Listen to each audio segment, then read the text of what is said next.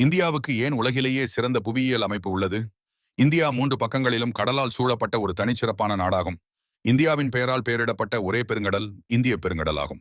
India 7516 kilometre நீளமான கடற்கரை பகுதியை கொண்டுள்ளது. ஆசியாவில் கிழக்கையும் மேற்கையும் இணைக்கும் முக்கியமான மூலோபாய இடத்தில் இந்தியா அமைந்துள்ளது. இந்தியா புவியியல் ரீதியாக மிகவும் பல்வேறு தன்மைகளை கொண்ட நாடு. ராஜஸ்தானில் சூடான பாலைவனம், லடாக்கில் குளிர் பாலைவனம், வடக்கில் வளமான கங்கை பிரம்மபுத்திர சமவெளி, மத்திய உயர்நிலப் பகுதிகள், சென்ட்ரல் ஹைலண்ட்ஸ், தெற்கில் டெக்கன் பீடபூமி, டெக்கன் பிளாட்டோ, மேற்கு மற்றும் கிழக்கு தொடர்ச்சி மலைகளின் காடுகள், வடகிழக்கு இந்தியா ஆகிய பகுதிகளில் மிகவும் செழுமையான உயிரியல் பல்வகைத்தன்மை பயோடைவர்சிட்டி காணப்படுகிறது.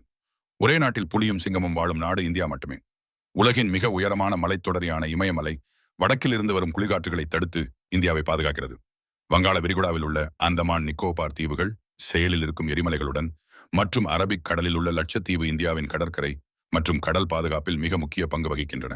இந்தியாவுக்கு மிகச் சிறந்த புவியியல் அமைப்பு இருந்தாலும் சில சக்தி வாய்ந்ததும் விரோதமானதுமான அயல் நாடுகளும் அதை சூழ்ந்துள்ளன. இந்தியா உலகில் 7வது பெரிய நாடாகும். இதன் பரப்பளவு 32 லட்சம் சதுர கிலோமீட்டர். அது பூமியின் நிலப்பரப்பில் 2.4% ஆகும். ஆனால் 1.4 பில்லியன் 140 கோடி மக்களுடன் உலகிலேயே அதிக மக்கள் தொகை கொண்ட நாடாக